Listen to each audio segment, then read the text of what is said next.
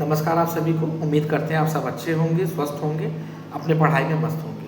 देखिए, एक बात तो सही है कि शिक्षा मंत्रालय में बदलाव चाहिए। जब तक ये बदलाव नहीं होगा तब तक इस देश का जो एजुकेशन सिस्टम है वो सही नहीं हो पाएगा, क्योंकि इसमें बहुत सारी खामियां हैं। और जो वर्तमान समय में जो बच्चे प्रोटेस्ट कर रहे हैं वो बिल्कुल सही है और शिक्षा मंत्री को हटा देना चाहिए पद से। जिस तरीके से अभी पेपर लीक हो रहे हैं, परीक्षा में ट्रांसपेरेंसी नाम की कोई चीज़ नहीं हो रह गई है, नकल वगैरह हो रहे हैं, इन सब चीज़ों को देखते हुए इनको पद से हटाना बहुत जरूरी है। बदलाव की मैं बात इसलिए कर रहा हूँ कि EMRS, KBS, NBS का जब आप फॉर्म डालते हैं तो एलिजिबिलिटी का एक क्राइटेरिया यहाँ पर आके बहुत बच्चों को फंसाता है। एलिजिबिलिटी का वो क्राइटेरिया क्या है? 50% एलिजिबिलिटी वाला क्राइटेरिया, जिसमें यहाँ लिखा रहता है एग्रीगेट और कंसर्न। अब जब एग्रीगेट और कंसर्न की बात होती है तो बच्चा इसको पूरी तरीके से समझ नहीं पाता है। जब डॉक्यूमेंट वेरिफिकेशन में जब लोग जाते हैं और जब वहाँ पे आपका ईयर वाइज जब पूरा चेक किया जाता है तो मालूम चलता है कि किसी एक ईयर में आपके एक सब्जेक्ट में कम मार्क्स आ रहा है, 50% से कम आ रहा है, तो उसके बिहाफ पे आपको बाहर कर देते हैं, जो कि सरासर गलत है। तो इस तरीके से सेंट्रल का एक अपना अलग रूल चलता है जो कि मतलब न्याय संगत नहीं है बच्चों के लिए। बहुत सारे ऐसे बच्चे, बहुत ऐसे पुराने बच्चे जिन्होंने बहुत मेहनत से अपनी पढ़ाई की, एक एक रुपए खर्च करके जो है आगे बढ़े, फिर उसके बाद जब वो बच्चा जब एग्ज़ाम को पार कर लेता है, जब DB के स्टेज पे जाता है तो मालूम चलता है कि किसी एक विषय में उसका कम बनना था और उसको बाहर का रास्ता दिखा दिया गया। तो ये चीज़ नहीं होनी चाहिए। पहला चीज़ ये यहाँ पे गलत है। अगर आप स्टेट की अगर आप पॉलिसी उठाते हो, जैसे स्टेट की मैं यूपी का ही अगर मैं उठा लूँ, यूपी TGT या PGT का ही अगर मैं उठा लूँ, तो इसमें 50% का कोई क्राइटेरिया नहीं सेट होता है। वहीं LT का भी अगर उठा लूँ तो इसमें भी कोई ऐसा क्राइटेरिया नहीं सेट होता है। GIC वगैरह में भी कोई क्राइटेरिया नहीं सेट होता है। लेकिन स्टेट के रूल में भी बहुत सारी गलतफहमियाँ हैं। जैसे यूपी स्टेट की अगर हम बात कर लें तो इसमें बहुत सारे विषयों का विवाद है। विवाद का इन द सेंस, जैसे अगर आप GIC का फॉर्म डाल रहे हैं और अगर आपने बायोटेक्नोलॉजी से अपना MSc या BSc किया हुआ है तो आप जो है आप PGT बायोलॉजी प्रवक्ता के लिए एलिजिबल नहीं होंगे। ऐसे बहुत सारे विषय हैं कि जिनको लेके स्टेट में भी विवाद की स्थिति है और इसको कभी सॉर्ट आउट नहीं किया जाता है दोस्तों, कभी सॉर्ट आउट नहीं किया जाता है। बस एक पुराने नियम और ढर्रे पे ये चीज़ें चलती हैं, कागज में दिखाया जाता है कुछ और होता है कुछ। लेकिन यहाँ पे 50% एलिजिबिलिटी वाली आपको क्राइटेरिया नहीं मिलेगी। वहीं कुछ स्टेट में अगर हम और जाएंगे तो वहाँ पे 50% एलिजिबिलिटी की क्राइटेरिया होती है, 50% एलिजिबिलिटी की क्राइटेरिया होती है, लेकिन वो 50% एलिजिबिलिटी उनके कंसर्न सब्जेक्ट में नहीं देखी जाती है, ओवरऑल देखी जाती है। कहीं होता है कहीं नहीं होता है। इसके चक्कर में बहुत सारे बच्चे जो हैं वो बेकार हो जाते हैं, वो मतलब बीच के स्टूडेंट हो जाते हैं, वो फंस जाते हैं सब्जेक्ट विवाद को लेके या एलिजिबिलिटी क्राइटेरिया में 50% को लेके। मालूम चला 2 साल में 50-50 पूरे हैं और किसी एक साल में किसी एक सब्जेक्ट में कम है, वहीं पे बच्चा जो है फंस जाता है।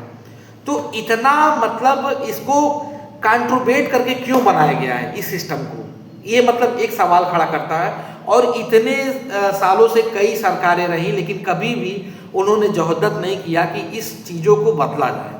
और हम लोग भी महान हैं, क्योंकि मैं देखता हूँ बहुत सारे YouTube चैनल वाले, सबको अपनी रोटी सेकनी है, सबको अपना कमाना है, वो लोग इस मुद्दे पे बात नहीं करते हैं, बस अपना कोर्स बेचते हैं, आपका टाइम लॉस करते हैं और उसके बाद जो है फिर आपसे वो साइड हो जाते हैं। लेकिन मैं क्यों बात कर रहा हूँ? मैं इसलिए बात कर रहा हूँ क्योंकि इस मुद्दे पे आपकी बात कोई सुनता नहीं है और कोई बात आपकी उठाता नहीं है। और ये जो मुद्दा है बहुत संवेदनशील मुद्दा है। ऐसे बहुत सारे बच्चे जो दब गए हैं या जो अपनी अलग एक दुनिया में चले गए या एक अलग जीवन जीने को मजबूर हैं, क्योंकि क्या है कि उनका वहाँ पे सब्जेक्ट विभाग का कॉम्बिनेशन बन जाता है, तो बच्चा दूसरे सब्जेक्ट में जाके PG करता है या कहीं 50% क्राइटेरिया का मैटर आता है तो उसमें वो फंस जाता है और ओवरऑल उस बच्चे की पूरी डिग्री खराब हो जाती है। मेरा एक सवाल है सरकार से कि जब यही सब चीज़ें आपको करनी थी तो आपने बच्चे को BEd किस बिहाफ पे कराया, किस बिहाफ पे आपने DLED कराया? जब अगर आपको 50% क्राइटेरिया ही यहाँ पे देखना है, आपको कंसर्न और एग्रीगेट दोनों देखना है, तो आपने किस बिहाफ पे अगले को BEd कराया? तब तो भाई आपको BEd से ही हटा देना चाहिए था। ना बच्चा बीएड करता ना उस लाइन में आता। जब आपने उसको ट्रेन में बैठा दिया है तो उसकी तो मजबूरी है सफ़र करना। अगर ऐसा था तो आपको पहले ही टिकट चेक करके उसको बाहर कर देना था, लेकिन नहीं। तो इससे क्या मालूम चलता है? इससे मालूम चलता है कि सरकारों को घंटा कोई फर्क नहीं पड़ने वाला है, जितने बीएड कॉलेज हैं उनको कोई फर्क नहीं पड़ने वाला है। ये सब मिली जुली सरकारें हैं जो कि क्या करती हैं, आपसे मोटी कमाई के लिए पैसे लेती हैं, पैसे ऐंठती हैं। आप इनरोल होते हो, पढ़ाई करते हो, उसके बाद जब डिग्री लेके जब एक समय के बाद जब किसी डीबी वगैरह में जाते हो तो आपको सच्चाई का एहसास होता है या आपके विषय का एहसास होता है। यूनिवर्सिटी लेवल पे इतने सारे विषय चलाए जा रहे हैं, नए नए कोर्सेस लाए जा रहे हैं अप्लाइड साइंस में, किस बिहाफ पे लाए जा रहे हैं जिनका आगे जाके कोई स्कोप है ही नहीं, आगे जाके बच्चा वहाँ पे कोई काम कर ही नहीं पाए।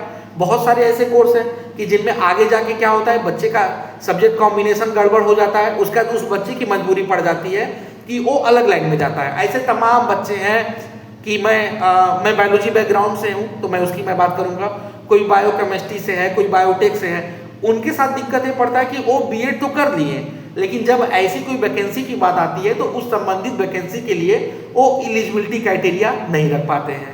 जैसे अभी जीआईसी में क्या था कि बायो के लिए केवल बॉटनी और जूलॉजी वालों को किया गया, अन्य जो माइक्रोबायोलॉजी या अप्लाइड साइंस के बच्चे थे उनको बाहर कर दिया गया। तो ये जो विवाद है बहुत संवेदनशील विवाद है। इस मुद्दे पे आपको अपनी बात उठानी चाहिए, कहनी चाहिए, उठानी चाहिए, बोलनी चाहिए। अगर आप आज चुप हो गए तो आगे जाके आपका फ्यूचर भी चुप हो जाएगा और उसमें आपको बचाने वाला या डिफेंड करने वाला कोई नहीं रहेगा। तो इस पे आपकी क्या राय है? आप इस पे क्या चाहते हैं? बदलाव चाहते हैं कि नहीं चाहते हैं? आप कमेंट बॉक्स में जरूर बताइएगा। और इसमें कौन कौन सी चीज़ें प्रभावी होनी चाहिए, कौन कौन सी चीज़ें नहीं प्रभावी होनी चाहिए, इस पे अपनी राय जरूर दीजिएगा। अब जैसे 50% एलिजिबिलिटी का क्राइटेरिया हमारे समझ से हटाना चाहिए, पूरे देश से हटाना चाहिए, क्योंकि 50% एलिजिबिलिटी का क्राइटेरिया अगर आप रख रहे हैं तो अपने बच्चे को बीएड क्यों कराया, तो इसको हटाना चाहिए। कंसर्न सब्जेक्ट और एग्रीगेट को भी हटाना चाहिए। जब आप बच्चे का 2 टायर का एग्जाम ले रहे हो, इंटरव्यू ले रहे हो, तो उसमें 50% क्राइटेरिया आप लेके क्या वहां साबित करना चाहते हैं, क्या आप बच्चे को बाहर करना चाहते हैं। दूसरी बात, जो सब्जेक्ट कॉम्बिनेशन के जो विवाद हैं, जितने भी ये विषय हैं जिनमें सब्जेक्ट कॉम्बिनेशन का विवाद रहता है, अभी जैसे बिहार में असिस्टेंट प्रोफेसर का हुआ तो 20 की 25 ऐसे बच्चे थे जो कि हिस्ट्री के थे, उनको बाहर कर दिया गया क्योंकि आपका विषय इस एलिजिबिलिटी क्राइटेरिया में नहीं आता है या उस कंसर्न या एलाइड सब्जेक्ट में नहीं आता है। तो ये चीज़ें नहीं होनी चाहिए। बच्चा बहुत मेहनत से अपनी पढ़ाई करता है और पढ़ाई करने के बाद जब इस स्टेज पे आके जब वो रिजेक्ट होता है तो बहुत दुख होती है। तो ये जो सब्जेक्ट कॉम्बिनेशन वाला है इसको भी हटना चाहिए। एक नियम बनना चाहिए, उस नियम को वही पूरे स्टेट में फॉलो कराना चाहिए और वही सेंट्रल में भी फॉलो कराना चाहिए। तो इस पर आपकी राय क्या है, आप इसको जरूर बताइएगा। बहुत बहुत धन्यवाद।